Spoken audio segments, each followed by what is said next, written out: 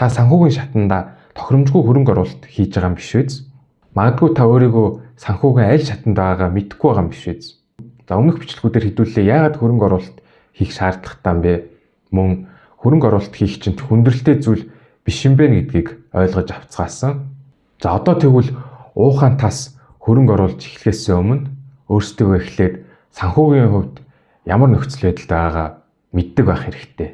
Хүн бүрийн санхүүгийн нөхцөл байдал харилцан адилхан байдаг. Оюутан хүнийх компани захирлаас тис өөр байх нь ойлгомжтой шүү дээ. Үүний талаар Грант Савитер гэдэг хүн санхүүгийн эрх чөлөө гэдэг номондоо бичсэн байгаа. За тэрээр номондоо 0-оос нь ахуулаад санхүүгийн эрх чөлөөнд хүртлээр нийт 7 үе шаттаар бол харуулсан байдаг. Би тэгтээ түүнийг бол хөнгөвчлөөд өнөөдөр 5 үе шатаар бол харуулах болно. За энэхүү бичлэгээс та өөрийгөө санхүүгийн аль шатан дээр байгаа юм бэ гэдгийг мэдэж авахаас гадна цаашид бидний эцсийн хүрэх гээд байгаа санхүүгийн эрх чөлөө гэдэг шатанд хүрэхийн тулд ямар арга хэмжээнүүд авах шаардлагатай юм бэ гэдгийг бол мэдэж авах юм аа. За тэгэхээр эхний шат бол санхүүгийн хувьд бүрэн хараат байдаг. Даан ганц цалингийн орлоготой тул хараахан хуримтлал үүсгэж бол эхлэегүй. Өрөөс өрийн хооронд амьдрах нь бол илбэг байдаг. За зээлийн төлбөр нь зардалтайгаа нэмэгдээд орлогоосоо бол давсан байдаг. Тийм учраас энэхүү шатыг хархны уралдаан буюу rat race гэж нэрлэх нь ч бас байдаг. За энэ шатан дээр бол хамгийн чухал хийх ёстой зүйл нь бол санхүүгийнхээ суурийг маш чанартай тавих шаардлагатай байдаг. За үүний тулд яах хэрэгтэй вэ гэхээр зэрэг одоо санхүүгээ өөрийнхөө гартаа авах хэрэгтэй гэсэн үг. Тэхийн тулд та өрхийн төсвөө бүртгэдэг болж сурах хэрэгтэй. За орлогоо зардалтайгаа бүртгээд за хаашаа орж ирсэн мөнгө зардлаар ингээ гараад ийнэ гэдгийг бол маш сайн тодорхой харж сурах хэрэгтэй. 7 хоног бүр хийгээд адгалж нэг сар хийж үзэх юм бол ямар зардлууд хийгээд гараад байгаа юм бэ гэдгээ мэдэж авах юм аа. Тэгэхгүй болохоор хүмүүс ихвчлэн хаашаа мөнгө гараад байгааг ч мэдэхгүй нэг мэтгэд мөнгө дуусчлаа гэж бол хэлэх нь бас байдаг. За дараагийн хийх хэрэгтэй зүйл нь бол та зээлүүдээ ингээд жигсаачих хэрэгтэй. Хамгийн өндөр хүүтэйгээс нь бага руу жигсаачаад өндөр хүүтэйгээс нь эхлээд ингээд шатараалтайгаар төлж дуусгах хэрэгтэй. Энэ ягаад чухал юм бэ гэхээр зэрэг за зээл бол маш өндөр хүүтэй байдаг Монголын нөхцөлд. Тэр дундаа хэрэглээний зээлүүд бол банкнд бол нэг 18-аас 22% хүртэл хүүтэй яхад банк усууд бол бүр 30-аас 40% хүүтэй байдаг. Тэгэхээр та хэдий ингээд хөрөнгө оруулалтаа хийж эхлэеч гэсэн тэр өндөр хүүтэй зээлүүдээс давж чадахгүй тул маш том юм хүнд одоо усан онгоцны зангуу гэдээ бол ойлгочиход болно. Та хэдий хөрөнгө оруулалт хийгээд хадгаламж хийгээд урагшаага дээшгээ хөвөөд явахыг хичээсэн боловч тэр том зангуул таныг ямагт доош нэгэд татчих тул ямар ч хөрөнгө оруулалт бол нэмэргүй байдаг байгаа. Тиймээс та эдгээр өндөр хүүтэй зээлүүдийг бүгдийг нь дарж дуусгах та хуримтлалаа эхлүүлэх юм. Тэгсээр та дараачийн шатандаа бол гарах боломжтой байгаа. За дараачийн шат нь бол survival буюу аргацаасан шат гэж би нэрлсэн байгаа. За яагаад аргацаасан бэ гэхээр зэрэг энэ шатан дээр ирсэн хүмүүс бол хоолойн дээр нь тулцсан байгаа утган дээрээс бол арай гэж ингээд бол гарах байгаа үе шатан дээр ирсэн өдөр тутмынхаа амьдралыг бол ингээд аргацаагаад аваа явахаар тийм хэмжээнд хүрэхээр байгаа тул би ингэж бол нэрлсэн байгаа. Энэ үе шатан дээр байгаа хүмүүс бол ямар ч байсан цалингийн орлоготой тэгээ баг зэргийн ингээд хуримтлал хийгээд эхэлж байгаа хүмүүсийг бол хилдэг байгаа. Санхүүгийн нөхцөл байдал нь за ямар ч байсан нэмж зээл авахгүйгээр нөгөө өндөр хүүтэй зээлүүдээ дарж дуусснаар бол нөгөө том зангуул ингээд баг багаар жижигрээд хөнгөрч эхэлж байгаа.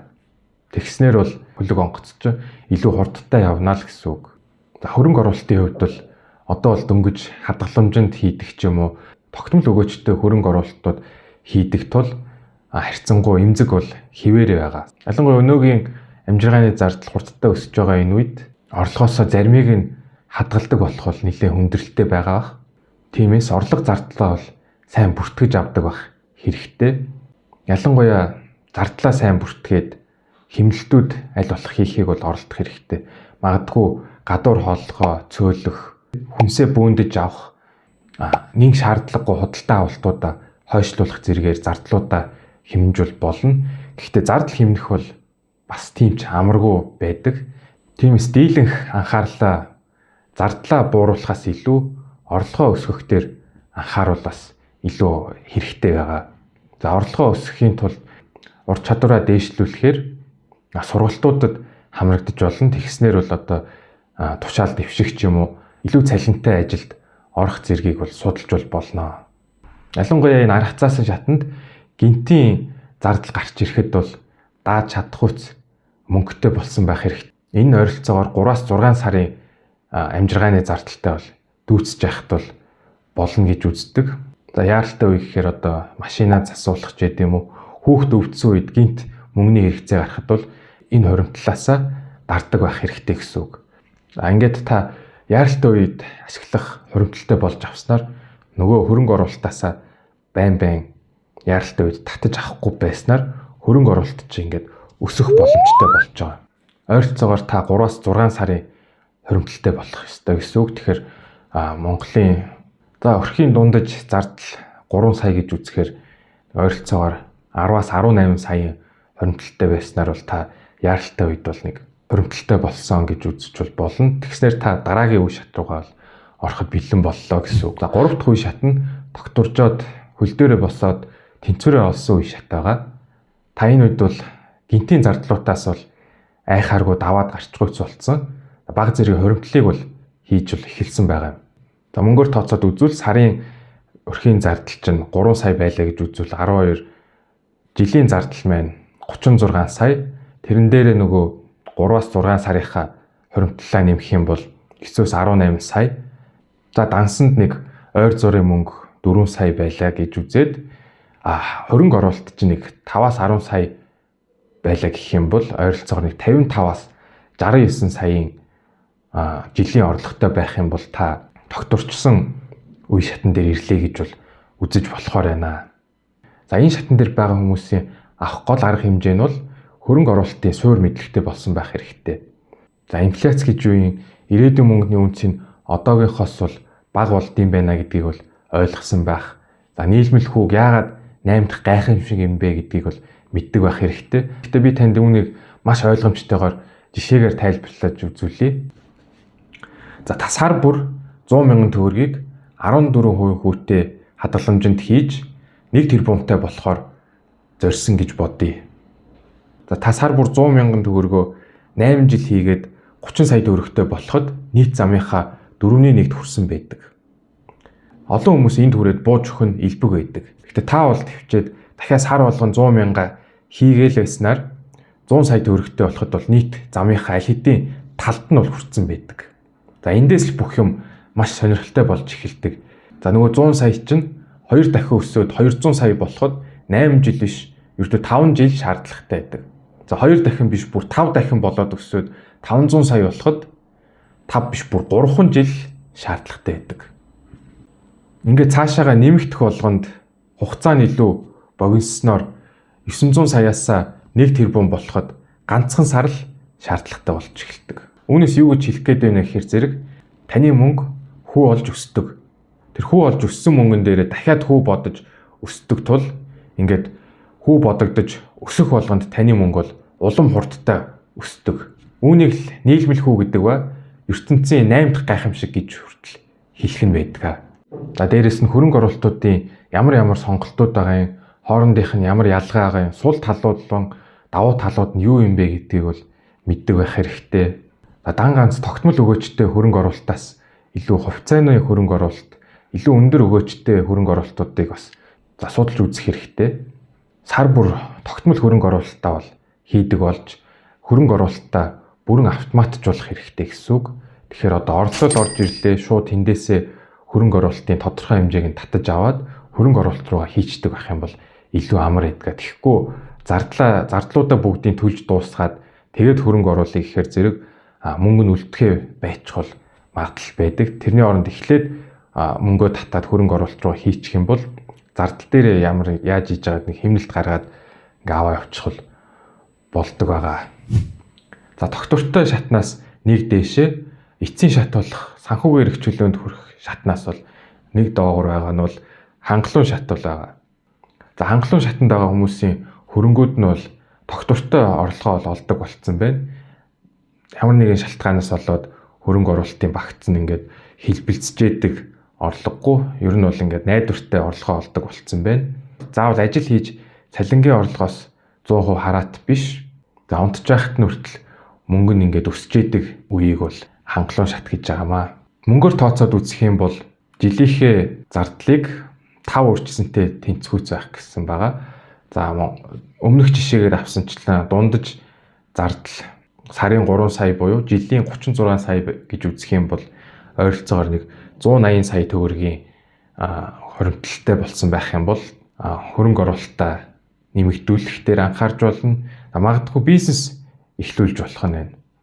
Тэгээ улиралдаа нэг хөрөнгө оруулалтын дээр хяналт тавиад эрсдэл өгөөч чинь төлөвлөгөөнийхөө төвшөнд байгаагүй юу гэдэг дээр хяналт тавиад ямар ч байсан энэ шатан дээр байгаа хүмүүс бол зөв замаараа явж байгаа тул ирээдүйд нөгөө хүрх гээд байгаа санхүүгийн эрх чөлөөнд бол хүрх нь тодорхой байх нэ.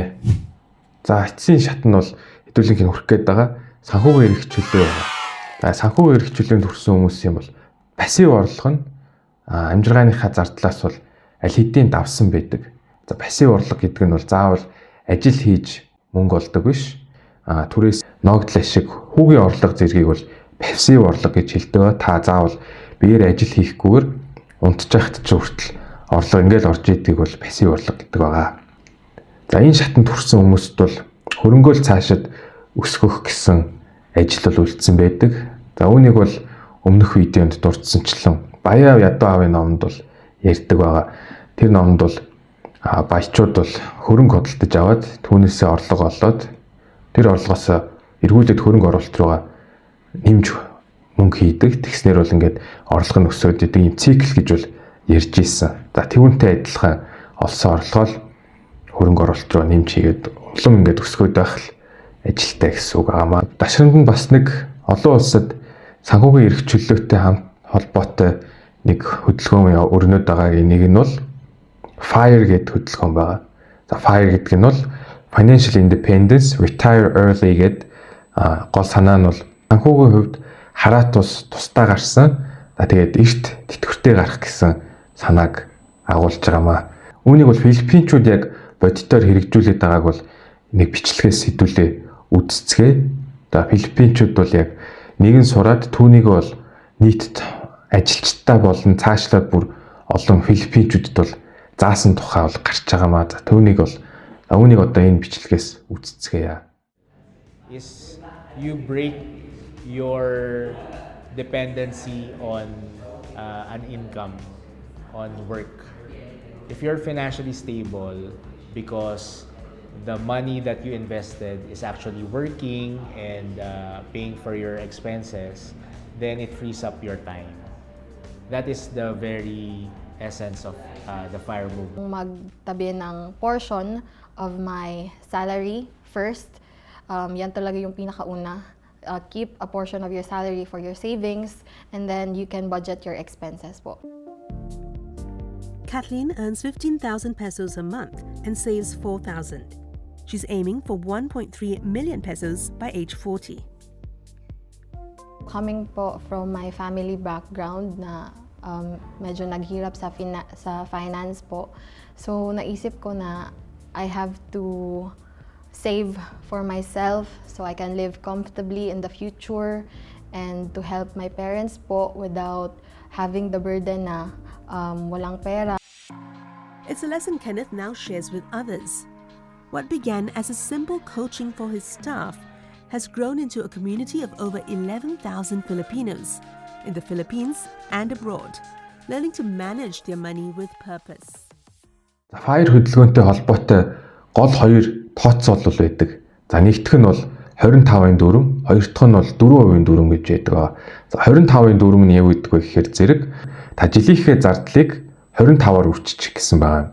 За энэ юу гэсэн үг вэ гэхээр зэрэг ерөнхийдөө одоогийнхоо зардлаа тэтгэвртэй гараад 25 жилийн хугацаанд бол хэрэглэхүйц мөнгийг бол хуримтлалыг одоо ингээд үүсгэхэд хэд байх хэрэгтэй бэ гэдгийг л тооцоолох гэдэг юм.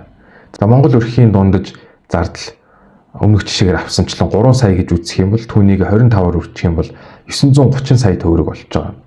За 930 сая төгрөг магадгүй их санагдаж байгаа боловч түрүүний нөгөө нийлмэл хүүгийн жишээнээс харахад бол та 26 жилийн дотор бол сар болгон 100 мянгаыг л хийгээд ах юм бол 1 тэрбумыг бол хийж болж исэн шүү дээ. Тэгэхээр 930-ыг бол энэ замаар бол ингээд хийчих бол боломжтой бол хэдүүлээ жишээгээр бол харсан. За 4% дүрм нь юу гэдэг байгаа юм бэ гэхээр зэрэг та тэтгэврт гарахад хэдийн хуримтлалтай байх юм бэ? Түүнээсээ 4%-ийг нь л жил болго ингээд татаад ээ. Тэгэхээр түрүүний жишээгээр 930 түүнийхээ 4% гэхээр зэрэг яг 37 сая болж байгаа. Тэр нь бол яг Монголын дундаж өрхийн нэг жилийн зардал бол болж байгаамаа. Заавал 4% бол байх албагүй. Хамгийн гол нь таны хөрөнгө оруулалтын өгөөж чинь 4%-аас илүү байх хэрэгтэй л гэсэн үг. 4% буюу таны одоо жил болгон татах тэр мөнгөн хувиас чинь бол өгөөж нь илүү байх юм бол та жил болгон 4% татаж байсан ч гэсэн таны нөгөө хөрөнгө оруулалт чинь бол хизээч буурахгүй яг хэвэндээ эсвэл бүр өсөөд байх л гэсэн санаатай юм. За ингээд санхүүгийн эрхчлөлөнд өрсөн хүний хувьд бол хөрөнгө оруулалтаа удирдаад авч явахаас гадна бас нэг чухал зүйл нь бол тасралтгүй сурж мэдлэгээ дэвшлүүлэх дээр анхаарал үлдэж байгаа. За үүгээр ингээд энэ удаагийн бичлэг минь дуусж байна. Та комментээр сая дурдсан 5 шатыг хаана явж байгаагаа үлдээгээрэй.